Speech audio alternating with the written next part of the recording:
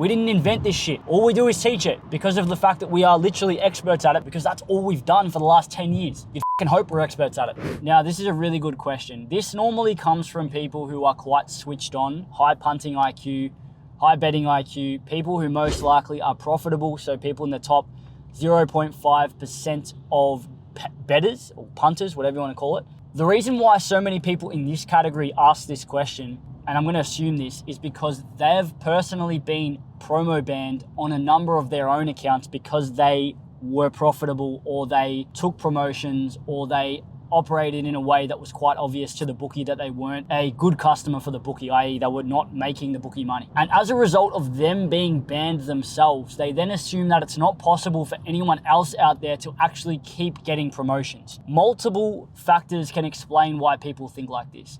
The first one is like this. If you simply go in this naive world where, let's just pretend I walked into some random new skill and it didn't work for me, I then assume it doesn't work for anyone else. And without me knowing that other people did the skill differently or did that thing differently, I then can falsely assume that it doesn't work. And this is what's happening right here. Because this person, and I'm happy to be wrong here, but I'm going to back myself in, because this person has most likely been banned on his own accounts and has most likely profited, he then assumes it's not possible to sustain promos. Now, we're not saying that you're never ever going to get promotionally banned, right? But if you learn, one, how to defend and sustain your accounts to a higher level than basically just placing promo bets and then balancing that with non-promo bets. That's like the basic level of defense that everyone thinks you could do. There's way more shit you can be doing. And obviously there's way more layers of this stuff, layers and layers of knowledge on top of the basic ratios, what bookie likes what patterns like what, how to use promotions, how many you're using per weekend, how many you're getting offered, what order of bets you're placing, how often you're placing them, when you're placing them, how much you're putting on them.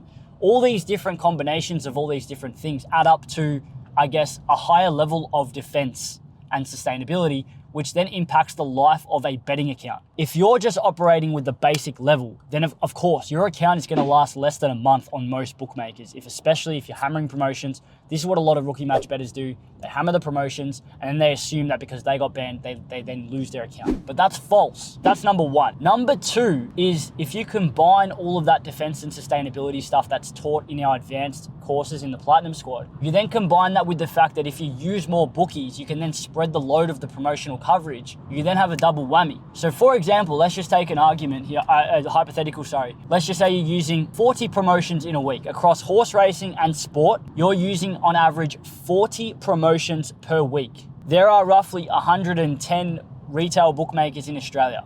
Obviously, the majority of them are fucking shithouse. However, if you stick to the main 30 or 40, and in particular the main sort of 15 to 20, then if you focus on their promotional coverage, I'll chuck the promo list on the screen here from our horse system, which shows you a complete Saturday example of what's actually offered on the second and third bonus back offers. You'll then see how much coverage is actually possible. Now, let's assume that we take two people. One of them is going to be using 10 retail bookmaker accounts, and they're going to be placing 40 promotions, assuming they're doing the exact same staking, the exact same level of defense and sustainability. This is just purely looking at how many bookies they're using. And then another person has 35 bookies open, or even 40 bookies open. All of a sudden, you've got 40 bookies versus 10, and you're both using 40 promotions. So all of a sudden, on average, one person is using one promo per bookie, and the other person is using 4 promos per bookie. Knowing nothing else, who do you think is going to last longer with their average account lifespan? Obviously the person using one promo per bookie. Now, without knowing anything else, without being the dumbest person when it comes to match betting IQ, not knowing anything about defense and sustainability, you, by simply having more accounts open, means that you can actually spread your promotional use across more bookies. You're essentially diversifying your attack. So that bookie that you're using 2 promotions on instead of 4 or 5 now sees you're only using 2. And you may escape their automatic algorithms, like the manual bookies, like your Swift bets and stuff. They're still going to ban you quicker because they're going to look into your account. But if you're using way less promos per bookie on average versus someone else, you're obviously going to sustain your accounts for longer. Factor number 3 is the fact that not all of the profits go through your retail accounts at the same rate. And if you've got more promotions available because you have more bookies available, then you using 40 promos a week, assuming you're profitable, you're following profitable systems and methods, whatever. Let's just say you're going to be making on average like 2K a month with your own set of accounts. This is talking about your own set of accounts, right? I'm not talking about other people using multiple accounts, whatever. On your own set of accounts, you can comfortably make 2 to 3K a month easily, sustainably for 6 to 12 months, minimum. But if you're doing that on 10 bookies versus doing that on 40 bookies, then let's just go down in the conservative way, 2K a month across 40 bookies, you're making on average $50 per bookie per month. Now, obviously that's not gonna stay correlated, but if you're making on average $200 per month on each bookie, then which bookie is gonna ban you faster? Obviously the people who are making 200 on average per bookie per month versus 50. So you've just spread your promotional coverage, you've spread your profit as well. And then the third factor is the fact that some of that profit actually goes through Betfair. Betfair don't give a fuck about how much profit you make. They don't care because they're not a retail bookmaker. Obviously people on premium charge at the really high end, get charged extra commission, whatever, but that's just full on outlier stuff. But the point is here, your 2K a month that you're making might go through Betfair as well. So all of a sudden you've reduced the profit on the retail side, which means that you've essentially hidden some of your gain and it's gone back to your bank account through Betfair. So combining factor one, which is defense, and knowing the advanced stuff required, the patterns and all the other shit that's taught that most people have no clue exists. Two, with essentially just getting more bookies to spread your load and then understanding how many promos to use, which is in part of part one. And then three, moving that money incidentally, not focusing on this, through Betfair as well. All of a sudden, you get to a year mark, and if you're not too aggressive, and if you're not taking the max promo coverage, and if you're not abusing promotions, regardless of whether you're winning, the bookie still likes you as a customer because you've basically still done enough to stay under their radar. They might not like you as a customer. They're not going to be sending you like deposit matches and shit like that.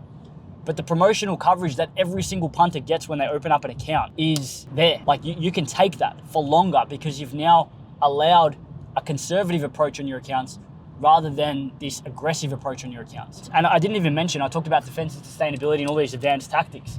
Probably the number one thing that's actually more important is the fact that you need to know how to set up your account at the start to avoid that flag instantly of like the rookies that go out there and open up an account and pretty much just hammer the promotion and hammer the sign up offer, stand out like a deer in headlights. You may as well just forget about factor one if you can't even pass the setup phase.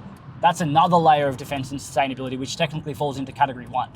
So if you're wondering you have to lose to actually keep your accounts open, you don't. Yeah, some bookies like Elite Bet, Swift Bet, as soon as your account hits like plus whatever, or they don't like a certain bet that you've placed, or it goes up by $200 because you're the bonus winner, or even though you've laid that on Betfair and hedged it, they're still going to just ban you based on, oh, look, this guy's just hit a winner, sharp punter, manual review, fuck off, see you later, not worth the risk.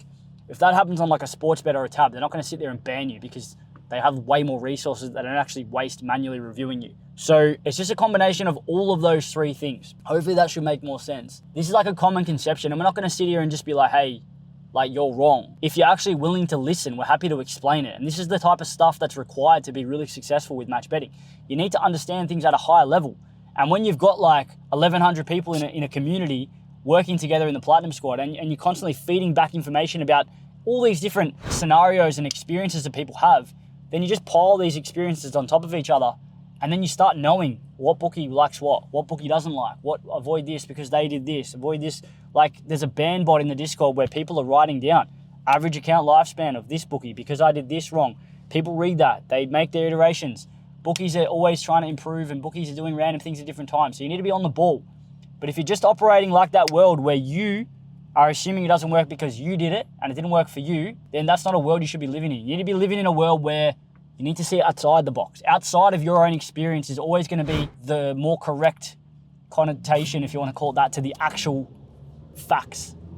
Your experience does not determine what actually is happening. And this is just a life thing as well. I don't want to get philosophical here, but that's just such a narrow-minded approach. People just assume because it didn't work for them, then it doesn't work. No, you might have fucked it up. And I can say this because I used to have this mindset with a lot of things. Oh, it didn't work for me. Fuck that. That's wrong. It's like, no. Someone else is working for. So why did it work for them? It's obviously not, it didn't work. It's obviously the fucking user error. A good tradesman never blames his own tools. It's always the fault of the tradesman. So learn more and have an open mind. There's so much fucking content out there where we literally explain all of this stuff on podcasts and videos. And if you want to fucking hate us and do all that, that's fine. But at the end of the day, if you can't apply logic and you can't have an open mind, we didn't invent this shit.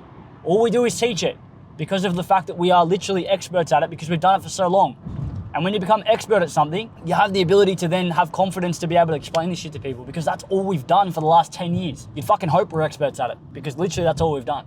So if you have more questions, feel free to ask them, but I would advise you not to like assume that because you didn't do it, it didn't work or it doesn't work. Assume that maybe you did it wrong and then learn how to do it right, and then maybe you'll learn more. Hopefully that helps. Seen enough? Ready to get involved? Send us a DM saying join. We'll send you some voice recordings and help you get started.